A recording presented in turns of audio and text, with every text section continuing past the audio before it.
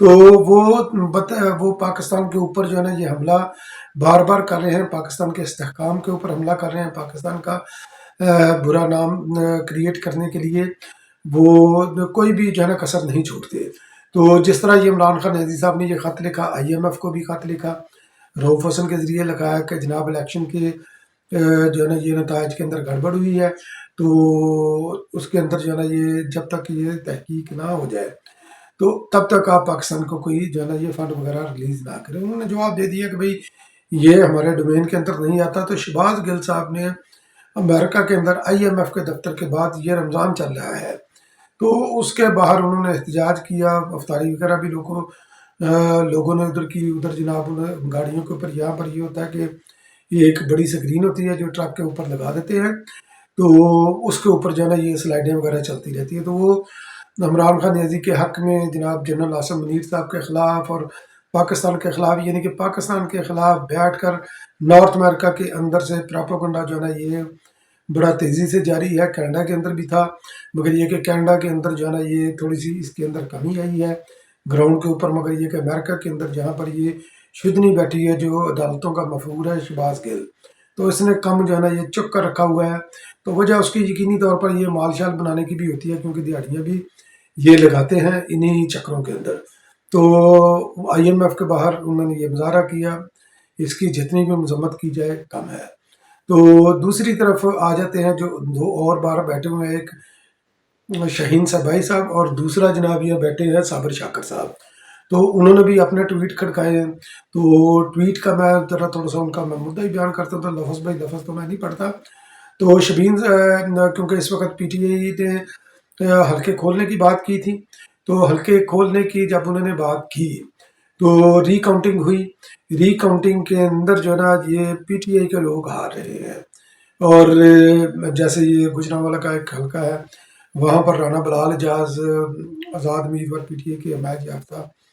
وہ جیتے، اور ری کاؤنٹنگ کے اندر جو ہے نا مسلم لیگ نون کے مدثر قیوم لانا صاحب وہ جناب تقریباً کوئی 3000 ووٹوں سے وہ جیت کے جب ری کاؤنٹنگ ہوئی۔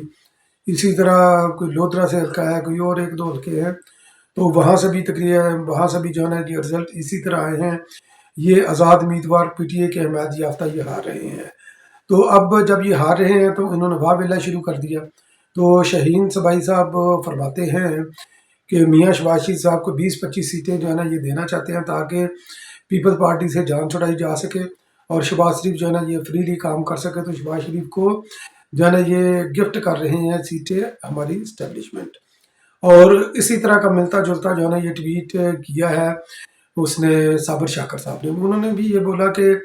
چونکہ پاکستان پیپل پارٹی نے جو آئینی عہدے لے لیے ہیں، صدر لے لیا، بلوچستان کی حکومت لے لی، سندھ کی حکومت لے لی، سندھ کے، تو اس طرح ان کے پاس جو ہے نا یہ پنجاب کی گورنرشپ لے لی۔ تو اب پیپل پارٹی کی فیوچر کی بلیک میلنگ سے بچنے کے لیے، اس سے بچانے کے لیے جو ہے نا نون لیگ کو سیٹیں جو ہے نا یہ وارڈ کی جا رہی ہیں۔ تو بہرحال یہ ان کا پراپوگنڈا ہے، تو اس پراپوگنڈا کے اوپر جتنا بھی یہ چلے یہ ان کی اپنی مرضی ہے۔ دوسری طرف جو ہے نا ری کاؤنٹنگ جب یہ شروع ہوئی، ری کاؤنٹنگ کے اندر یہ جو نتائج آنا شروع ہوئے ہیں، تو اس کے اندر جناب گوہر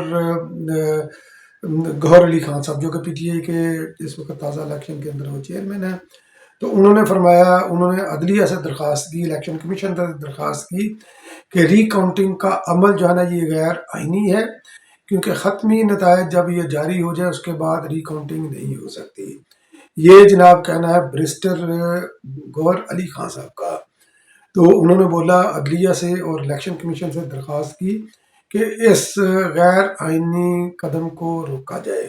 ری کاؤنٹنگ کو روکا جائے۔ عمران خان نیازی صاحب نے 2014 کے دھرنے کے اندر انہوں نے 4 حلقے کھولنے کی بات کی تھی، ری کاؤنٹنگ بھی پچھلے الیکشن میں بھی ری کاؤنٹنگ بھی ہر الیکشن کے اندر ہوتی ہے، اور رزلٹ کے اندر بعض کا تبدیلی بھی آ جاتی ہے۔ تو یہ پتہ نہیں انہوں نے کون سی قانون کی کتاب پڑھی ہے جس کے مطابق جناب یہ کہہ رہے ہیں کہ یہ خلاف قانون ہے۔ تو بہرحال یہ چیز انہوں نے کیا کری ہے، انہوں نے اپنی طرف سے تو کہہ دیا، مگر عمران خان نیازی صاحب کی سیاست کی انہوں نے نفی کر دی، عمران خان نیازی صاحب کے سٹینڈ کی نفی کر دی جو کہ انہوں نے ماضی میں رکھا تھا ری کاؤنٹنگ کے حوالے سے، جو انہوں نے ابھی بھی انہوں نے بولا تھا کہ حلقے کھلائیں۔ اب جناب آ جاتے ہیں علی مین گنڈا پور کی طرف۔ علی مین گنڈا پور کس کے نشانے پر ہے؟ وہ نشانے پر ہے پی ٹی آئی کے، چونکہ انہوں نے ملاقات کی میاں شہباز شریف صاحب کے ساتھ، اور جس کو سراہا آصف علی زرداری صاحب نے بھی اس کا خیر مقدم کیا کہ صوبوں اور وفاق کو جو ہے نا اسموتھ ریلیشن رکھنے کے لیے، فرینڈلی ریلیشن رکھنے کے لیے تو یہ ملاقات بڑی اہم تھی، تو اس کو سراہا، جبکہ پی ٹی آئی نے اس کو تنقید کا نشانہ بنایا کیونکہ عمران خان نیازی کی سیاست کی نفی ہے، وہ کنفرنٹیشن کی سیاست کرنا چاہتے ہیں۔ تو ملاقات ان کی جناب ہوئی اپنے وکلا سے، شیر افضل مرور صاحب نے بولا کہ عمران خان نیازی صاحب کا یہ پیغام ہے کہ علی مین گنڈا پور میں ادھر سے جیل کے اندر بیٹھ کر میں پارٹی کو چلاؤں گا، جس طرح میں ہدایت دیتا ہوں وہ ہدایت آپ لیں، اسی کے مطابق چلیں، آئی جی کو تبدیل کریں کے پی کے کو،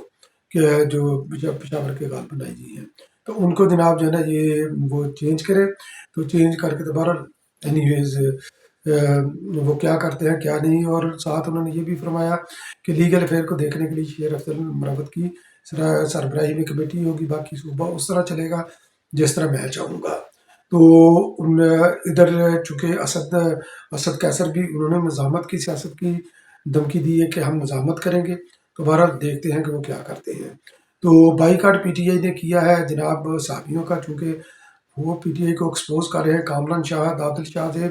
شاہ زیب خانزادہ، منیر فاروق اور سلیم صافی، تو ان کا آفیشلی پی ٹی آئی نے جو ہے نا یہ بائی کاٹ کا اعلان کیا ہے۔ تو اب ایک اور جو تدبیر انہوں نے کی تھی، ایک تو ری کاؤنٹنگ کے اندر یہ مارے گئے، دوسرا پشاور ہائی کورٹ کے اندر ریزرو سیٹوں کے لیے یہ گئے تھے۔ تو پشاور ہائی کورٹ نے یہ فیصلہ کیا ہے کہ چونکہ سنی اتحاد کونسل نے الیکشن نہیں لڑا اور وہ پارلیمانی پارٹی نہیں ہے، تو اس لیے اس کو ریزرو سیٹیں نہیں دی جا سکتی۔ گویا کہ وہ ریزرو سیٹوں کے لیے گئے تھے، مگر انہوں نے اس کے اوپر ایک اور جو ہے نا وہ چیز اور مفت میں چنگے میں لے آئے کہ اب اس کی پارلیمانی پارٹی ہونے کے اوپر بھی سوالیہ نشان ہے سنی اتحاد کونسل کے اوپر۔ عمران خان نیازی صاحب نے یہ بڑی چلاکی کر کے پی ٹی آئی نے سنی اتحاد کونسل کو جوائن کیا تھا، کہ جس کے سربراہ نے خود بھی آزاد الیکشن لڑا